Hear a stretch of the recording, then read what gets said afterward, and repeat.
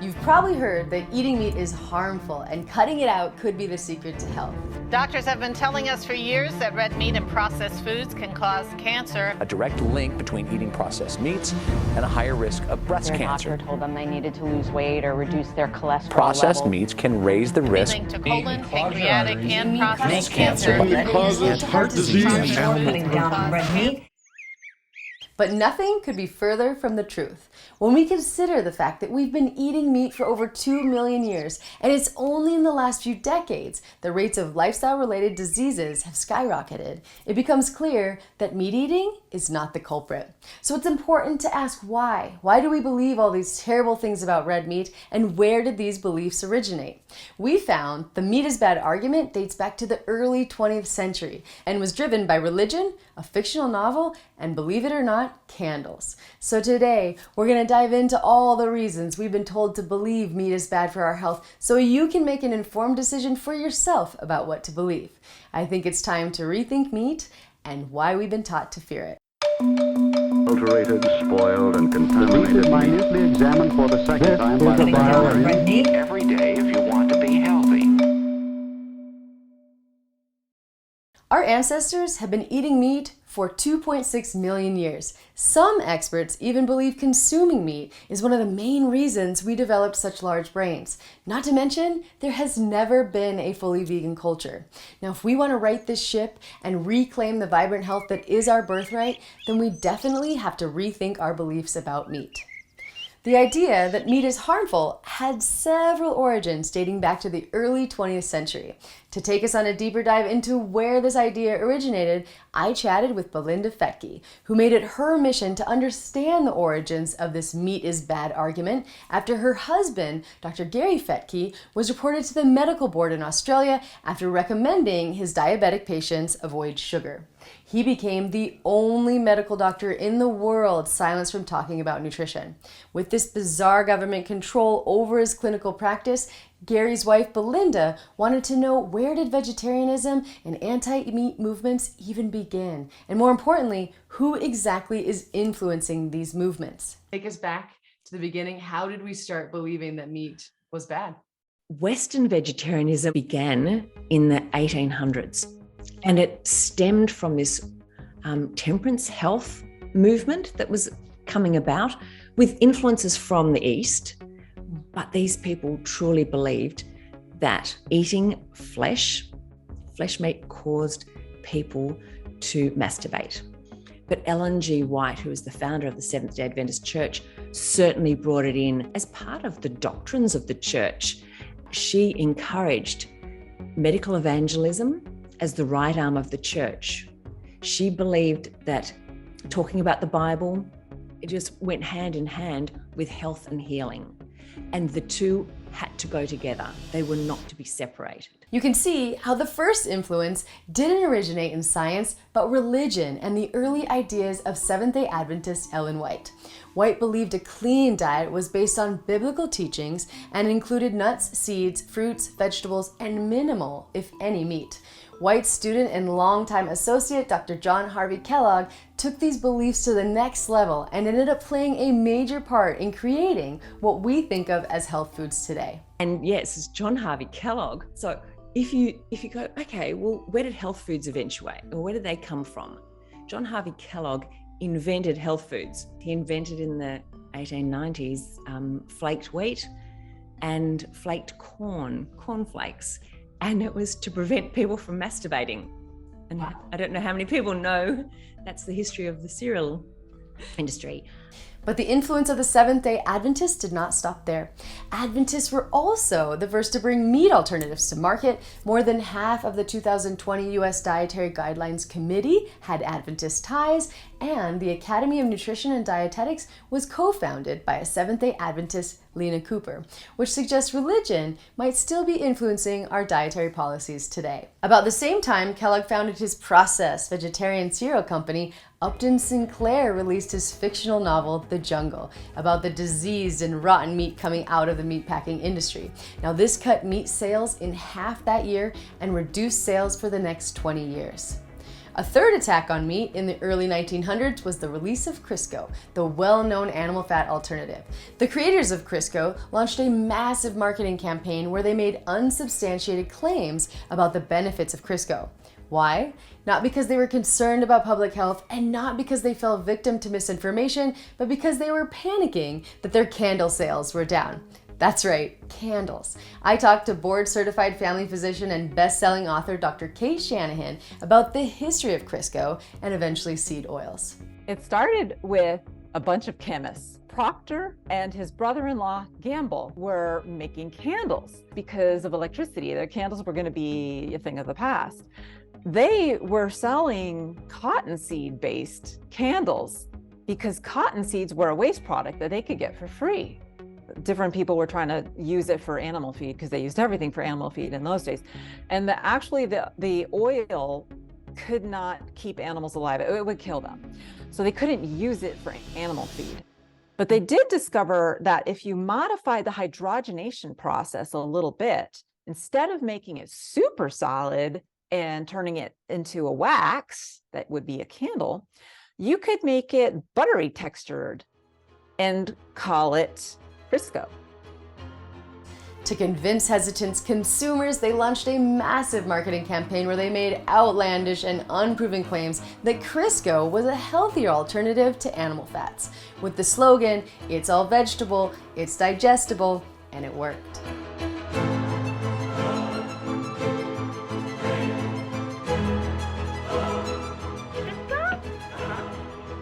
They sold 2.6 million pounds in 1912 and 60 million in 1916, while the sales of animal fats plummeted. It's also reported that Procter & Gamble essentially put the American Heart Association on the map by making them the beneficiary of the Procter & Gamble sponsored Walking Man radio contest.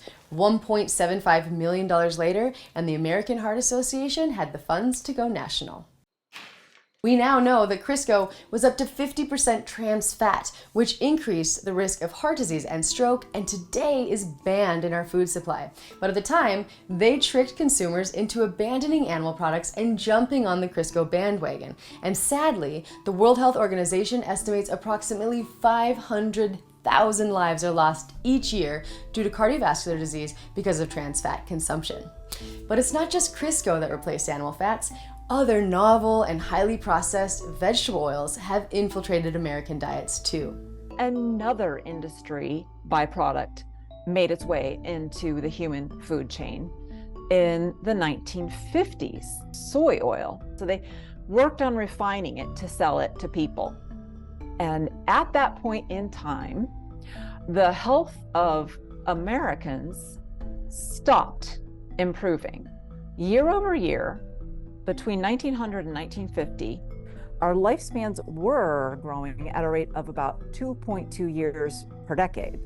Our lifespans were growing starting in 1950, that slowed down dramatically. So we started losing longevity basically the same year we started eating soy oil, when heart attacks became a big problem and when we started seeing rates of obesity start to climb in pretty much every chronic disease. Today, the average American consumes 80% of their fat calories in the form of vegetable oils, like corn, cotton, canola, sunflower, safflower, and soy, which many experts believe may be contributing to our increased rates of disease.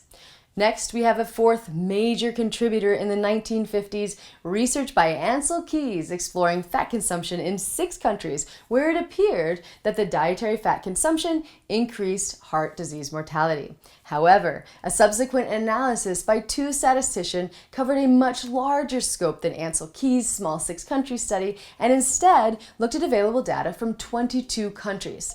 Now, this more in-depth analysis showed a much weaker correlation between fat consumption and heart disease. But one of the most intriguing findings was that animal fat, total fat, and animal protein consumption were associated with a decreased risk of death from all other causes. Other data from the World Health Organization and Food and Agriculture Organization, based on saturated fat intake in over 41 European countries, revealed that the countries who ate the most saturated fat, France and Switzerland, had the lowest rates of death, and those who ate the least, Georgia and Azerbaijan, had the highest rates. In other words, when multiple sources of data are considered, the dietary fat causes heart disease argument we have been hearing for so long is just not so simple. And the fact that countries who consume the most fat have the lowest rates of death counteracts the argument completely. So how have we gotten so confused? Well, one of the most important things to remember when it comes to dietary research is that correlation does not equal causation, meaning that just because two variables are correlated or happen together doesn't mean that the one caused the other. For example, you will always find firefighters at the scene of the fire, but it would be silly to say that firefighters caused the fire. And this is one of the main downfalls of most dietary research, because much of what our dietary guidelines are based on is correlational data. Now, the work of Harvard student Tyler Vegan highlights how ridiculous conclusions based on correlations can be by creating graphs for correlations like cheese consumption and the number of people who died as a result of being strangled in their bed sheets, and the number of people who died by falling into a pool, and the number of movies that Nicolas Cage starred in. We also know that correlational data can be plagued by the healthy user bias, a phenomenon where people who adopt one healthy behavior, like exercising, often adopt several healthy behaviors, like a healthier diet, less alcohol, no smoking, etc. And that the opposite is also true. Those who have one unhealthy behavior, like smoking, often engage in many unhealthy behaviors. Because red meat has been demonized for decades in this country, it's safe to assume that those who eat it also have other unhealthy behaviors that may be as responsible, if not more, for the negative health outcomes. As you can see, correlations are just not enough to ascertain causation, and the healthy user bias also makes it almost impossible to elucidate which behavior is causing the change. Ideally, correlational studies should be used to formulate hypotheses that are then tested in randomized controlled trials. Sadly, the randomized controlled trials are often not conducted, and when they are, approximately 80% of the hypotheses generated end up being false, which just further supports the fact that we need randomized controlled trials and correlational data is not enough. A fifth, somewhat shocking contributor to the idea that red meat is dangerous are recently uncovered documents revealing that in 1964, one of the sugar industry's top executives, John Hickson, paid Harvard scientists the modern equivalent of almost $50,000 to write a review minimizing sugar's role in heart disease. At this time, mounting evidence was confirming sugar's role in heart disease, and the sugar industry wanted to fund research exonerating sugar and shifting the scientific narrative to align with Keys' research blaming saturated fat, which animal products often contain. Hickson chose the studies he wanted to be included in the review and made it clear he wanted sugar to be favored in the results. Today, we understand that industry-funded research often produces biased findings in favor of industry, which is why it is now recommended, though not always practiced, to disclose the source of funding. But back then, this was not yet understood or regulated. The vice president for a prominent lobbying group for the sugar industry wrote to Harvard's Dr. Hegseth about his concern for the demonization of carbohydrates in the form of sucrose or sugar, to which Dr. Hegseth assured him, "We are well aware of your particular interest in carbohydrate and will cover this as well as we can."